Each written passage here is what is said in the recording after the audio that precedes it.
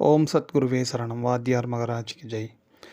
குருவர்களால் கால ரகசிய பதிவேட்டில் பார்க்கக்கூடிய விஷயமானது மன தூய்மை பெறுவதற்கான ஒரு அற்புதமான நாள் அது.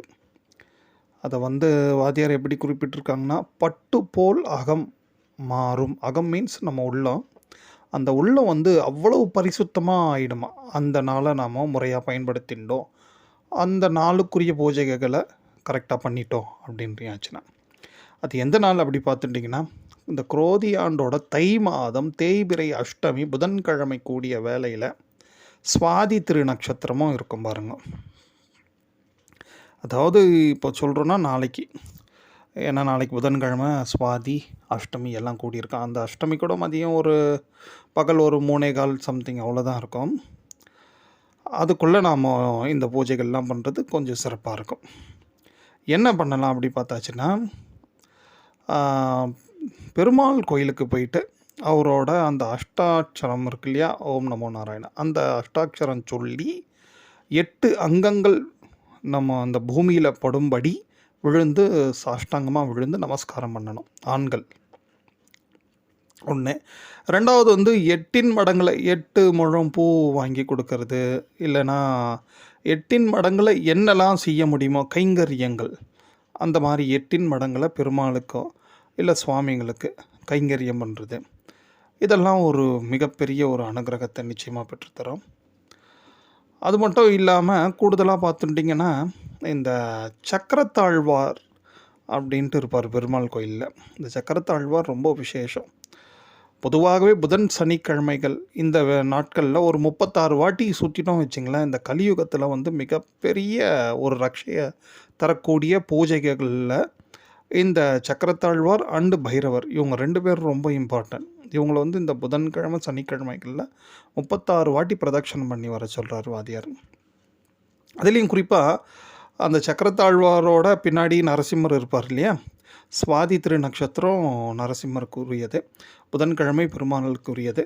அதோட கூடுதலாக பார்த்துட்டிங்கன்னா யோகம் அங்கே ஒரு விசேஷமான அம்சத்தை தருது நமக்கு. அதாவது என்ன யோகம் அப்படி பார்த்துட்டிங்கன்னா, அன்றைக்கி சூள யோகம். பொதுவாகவே இந்த சூள யோக நாட்களில் கொஞ்சம் மனநிலை பாதிக்கப்பட்டவங்க, மனநிலை சரியில்லாதவங்க, குறிப்பாக டென்ஷன், எவ்ரிபடி இன்றைக்கி இந்த டென்ஷன்ற ஒன்றில் இருந்து யாருமே தப்பிக்க மாட்டோம் இல்லையா. எப்பேற்பட்ட பிரச்சனை ஏதேனும் ஒன்று நம்மளை ஒரு டென்ஷன் ஆக்கி விடாமல் இருக்காது.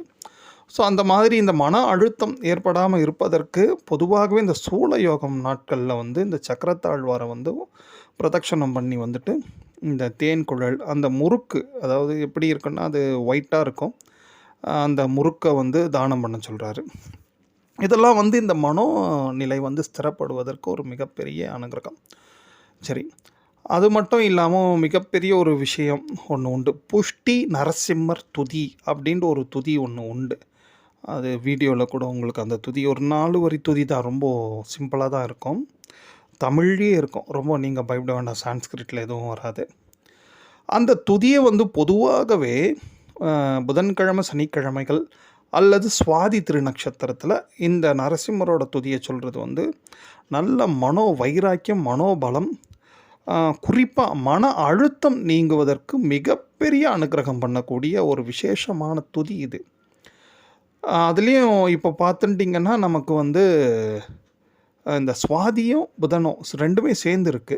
கூடுதலாக மனதை சுத்திகரிப்பு பண்ணக்கூடிய, மனசை தூய்மையாக இருக்க செய்யக்கூடிய ஒரு விசேஷமான காலம்தான் ஆல்ரெடி அந்த அஷ்டமி கூடிய சுவாதி. அதோட இந்த புதன் எல்லாமே இப்படி சேர்ந்துருக்கிறதுனால நம்ம இந்த புஷ்டி நரசிம்மர் துதியை எவ்வளவுக்கு எவ்வளோ முடிஞ்ச அளவுக்கு வாத்தியார் அதை ஒரு 1008 வாட்டி சொல்கிறாரு. 1008 வாட்டிலாம் சொல்கிறதுக்கு வாய்ப்பு இருக்கிறவங்க நிச்சயமாக சொல்லுங்க. நம்ம மனசு செம்மையாக இருக்கணும், மனசில் கவலை இருக்கக்கூடாது, மனசில் எப்போ பார்த்தாலும் டென்ஷன் அழுத்தம் இல்லாமல் ஏகாந்தமாக ஓரளவுக்கு முடிஞ்ச அளவுக்கு ஆனந்தமாக இருக்கணும்னா நிச்சயமாக இதெல்லாம் பயன்படுத்துங்க. அதுலேயும் குறிப்பாக அந்தந்த காலங்களில் செய்யக்கூடிய பூஜைகளுக்கு நிச்சயமாக பலன்கள் கை மேலே உண்டு. சரி, இதுக்கப்புறம் நீங்கள் பார்த்துட்டிங்கன்னா, ஏன் மனசுக்கெலாம் இவ்வளோ இம்பார்ட்டன்ட் பண்ணணும்? அதை பாட்டுண்டு ஏதோ ஓடியாந்து இருக்குது, இதெல்லாம் பண்ணியாச்சுன்னா நம்ம கவலைலாம் தீர்ந்துருமா, கஷ்டம்லாம் குறைஞ்சிருமா அப்படின்லாம் நிறைய பேர் யோசிக்கலாம். கஷ்டங்கள் 1000 இருக்கட்டும், கவலைகளும் 100 கணக்கில் இருக்கட்டும்.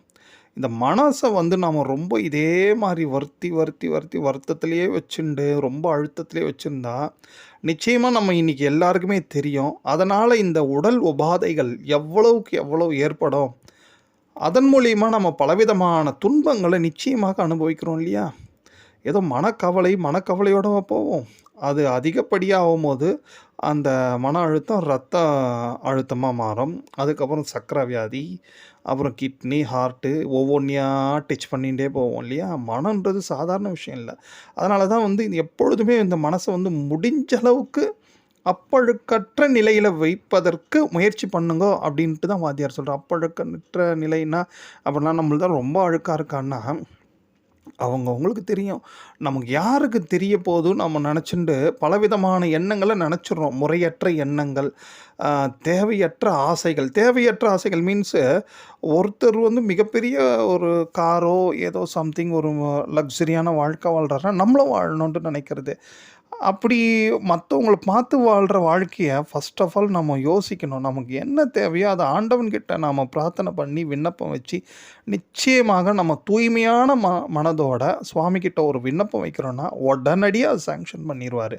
அப்போ நமக்கு தேவையானது தூய்மையான மனம் தான். அந்த தூய்மையான மனம் எப்படி இருக்குன்னா, நமக்கு என்ன தேவையோ அத மட்டும் வேண்டி, நாடி பெறுறோம் அப்படின்னும்போது, நமக்கு தூய்மையான மனம் நிச்சயமாக உண்டு. மத்தவங்கள கம்பேர் பண்ணும்போது பொறாமை வந்துரும். பொறாமை வந்துதுன்னா கோவம் வரும். கோவம் வந்துதுன்னா எல்லாமே வந்துரும். பாவங்கள் எல்லாமே. ஸோ, இப்ப இதெல்லாம் ரியலைஸ் பண்ணணும். எல்லாம் தத்துவார்த்தமா சிறப்பா இருக்கும் கேட்கறதுக்கு. பட் ஆனா செய்ய முடியுமா?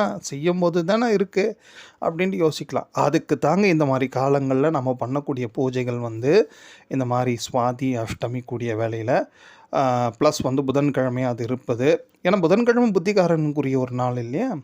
ஸோ இந்த மாரி காலங்கள்லலாம் நாம இந்த மாரி இப்போது முன்னாடி லிஸ்ட்டு குடுத்துருக்கோம் இல்லையா? அந்த பூஜைகள் ரொம்ப எல்லாமே ரொம்ப கஷ்டமா இல்லையா? ஒரு பெருமாள் கோயில்ல போய் நீங்க சக்கரத்தாழ்வார சுத்துவதும், பெருமாள்ல தரிசனம் பண்ணுறது, பெருமாளுக்கு 8 மடங்குல ஏதேனும் ஒரு கைங்கரியம் பண்ணுறது. ரொம்ப ஈஸி.